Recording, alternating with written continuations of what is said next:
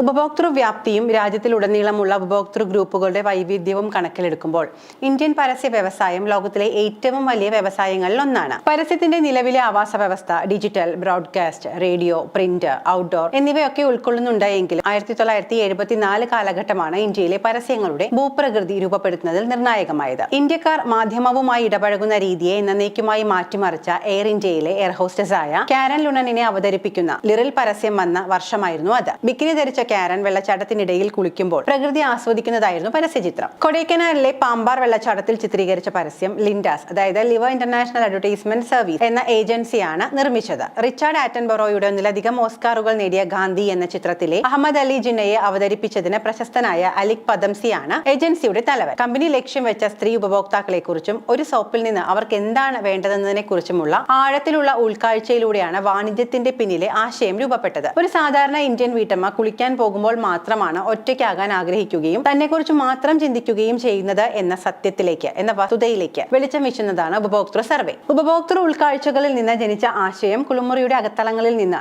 Shower ഹെഡിന് പകരമുള്ള വെള്ളച്ചാട്ടത്തിന്റെ തുറസായ സ്ഥലത്തേക്ക് സ്ത്രീകളെ കൊണ്ടുപോവുക എന്ന എസ്കേപ്പിസ്റ്റ് ഫാന്റസിയെ പ്രേരിപ്പിച്ചു. കുളിക്കുന്ന സമയത്തിന്റെയും അന്തരീക്ഷത്തിന്റെയും പരമ്പരാഗത ചട്ടക്കൂടുകൾ തകർക്കുകയും പകരം പുതുമയുടെയും പ്രകൃതിയുടെയും ഘടകങ്ങൾ കൊണ്ടുവരികയും ചെയ്തതിനാൽ ഭൗതിക ക്രമീകരണം ഉപഭോക്താക്കളെ സ്വാധീനിച്ചു. ഒരാൾ സമയത്തെക്കുറിച്ചോ സ്വന്തം വ്യക്തിത്വത്തെക്കുറിച്ചോ ഭയമില്ലാതെ ആസ്വദിക്കാം എന്നതായിരുന്നു അവതരണം. ഒരു നല്ല വാണിജ്യം എന്നത് നല്ല കഥ പറച്ചിൽ മാത്രമല്ല, ഉൽപ്പന്ന വിൽപ്പനയും നയിക്കുന്ന ഒന്നാണ്. മാത്രമല്ല, ഈ പരസ്യ ചിത്രം ഉൽപ്പന്ന വിൽപ്പന കുതിച്ചുയരുക മാത്രമല്ല, ഇന്ത്യൻ ജനങ്ങൾക്കിടയിൽ തൽക്ഷണ ഹിറ്റായി മാറുകയും ചെയ്തു. IPL ടീം പഞ്ചാബ് കിങ്സിന്റെ ഉടമ പ്രീതി സിൻഡ കമലഹാസൻ നായകനായ തേവർ മകൻ എന്ന ചിത്രത്തിന്റെ ഹിന്ദി റീമേക്കായ വിരാസത്തിൽ അഭിനയിച്ച പൂജ ബത്ര, മെഗാസ്റ്റാർ ഷാരൂഖ് ഖാനൊപ്പം ഓം ശാന്തി ഓം എന്ന ചിത്രത്തിലൂടെ ബോളിവുഡിൽ അരങ്ങേറ്റം കുറിച്ച ദീപിക പദുക്കോൺ തുടങ്ങി നിരവധി പരസ്യ താരങ്ങൾ അവരുടെ പരസ്യകലാ പാരമ്പര്യം ബോളിവുഡ് സിനിമയിലേക്കുള്ള ചവിട്ടുപടിയായി മാറി. എന്നിരുന്നാലും സ്ക്രീനിൽ തോന്നുന്ന അത്ര ഉന്മേഷദായകമായി വാണിജ്യപരമായി ഷൂട്ട് ചെയ്യുന്നത് തികച്ചും വെല്ലുവിളി നിറഞ്ഞതായിരുന്നു. കൊടൈക്കനാലിൽ മെർക്കുറി 5 ഡിഗ്രി സെൽഷ്യസിലേക്ക് തെന്നിമാറിയ ശൈത്യകാലത്താണ് ഇത് ഷൂട്ട് ചെയ്തത്. വടക്കോട്ട് കൂനൂരിലേക്കും ഊട്ടിയിലേക്കും കയറുന്ന ദക്ഷിണേന്ത്യൻ ഹിൽ സ്റ്റേഷനുകളിലെ അസ്ഥികൾ മരവിപ്പിക്കുന്ന തണുപ്പിൽ വെള്ളച്ചാട്ടത്തിൽ നിന്ന് കുളിക്കാൻ കാരന് ഷോട്ടുകൾക്കിടയിൽ ബ്രാൻഡി വിഴുങ്ങേണ്ടി വന്നു എന്നാണ് പറയുന്നത്. Fevicol, Pepsi, Coca Cola, Captain Cook salt, Dhara jalebi commercial, Cadbury Dairy മിൽക്കിന്റെ അസീസ് വാ സിന്ദഗി കാ തുടങ്ങിയ പ്രമുഖ പരസ്യങ്ങളിലൂടെ സർഗാത്മകതയുടെ കാര്യത്തിൽ 1990കളിൽ ഉന്നതിയിലെത്തിയ ഇലക്ട്രോണിക് പരസ്യ വ്യവസായത്തിന്റെ അടിത്തറയായി ഈ പരസ്യം മാറി. വൻരാജ് ഭട്ടിയുടെ ചലച്ചിത്ര ഗാനങ്ങളെക്കാൾ ഇന്ത്യയിലെ സാധാരണക്കാരുടെ ഹൃദയങ്ങളോട് ചേർന്ന് നിന്നത് അദ്ദേഹം സൃഷ്ടിച്ച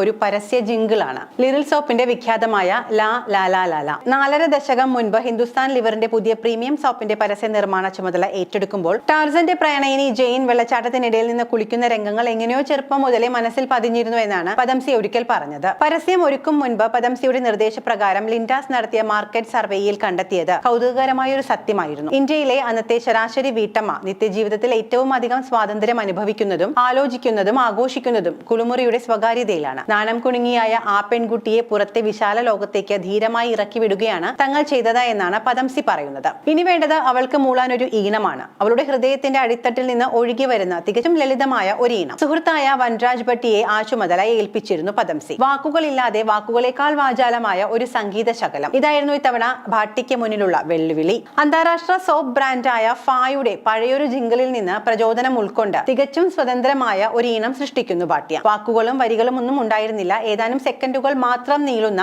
ഈ ഈണത്തിൽ ലാ ലാ ലാ ലാ എന്ന മറ്റുള്ള മൂളൽ മാത്രം. ഒരുതരം സ്വാതന്ത്ര്യ പ്രഖ്യാപനം പോലെ. ബിക്കിനി ഉടുത്ത വെള്ളച്ചാട്ടത്തിനിടയിൽ മുങ്ങി നിവരുന്ന കാരൻ ലുണൻ എന്ന സുന്ദരിയെ പോലെ. വൻരാജ് ഭട്ടിയുടെ ജിംഗിളും ഇന്ന് ചരിത്രം. പദംസിയുടെ കൂട്ടരും ആ പരസ്യം ഷൂട്ട് ചെയ്ത കൊടൈക്കനാലിലെ വെള്ളച്ചാട്ടവും പിൽക്കാലത്ത് അറിയപ്പെട്ടത് ലിറിൽ ഫാൾസ് എന്ന പേരിലാണ്. പരസ്യം ദൂരദർശനിൽ കാണിച്ചു തുടങ്ങി 18 മാസത്തിനകം ഇന്ത്യയിൽ ഏറ്റവും അധികം വിറ്റഴിയുന്ന സോപ്പായി മാറി ലിറിൽ. 1/4 നൂറ്റാണ്ടോളം ആ നമ്പർ പദവി അതുപോലെ തന്നെ ഒരു പോറൽ പോലും ഏൽക്കാതെ കൊണ്ടു നടന്നു ലിറിൽ. എണ്ണമറ്റ പരസ്യ ചിത്രങ്ങൾക്ക് പുറമെ അങ്കൂർ, നിഷാന്ത്, ഭൂമിക, ജുനൂൻ തുടങ്ങിയ ക്ലാസിക് ചിത്രങ്ങൾക്കും സംഗീത സംവിധാനം നിർവഹിച്ച വൻരാജ് ഭട്ടിയ 93-ാം വയസ്സിൽ കഥാവിശേഷനായി.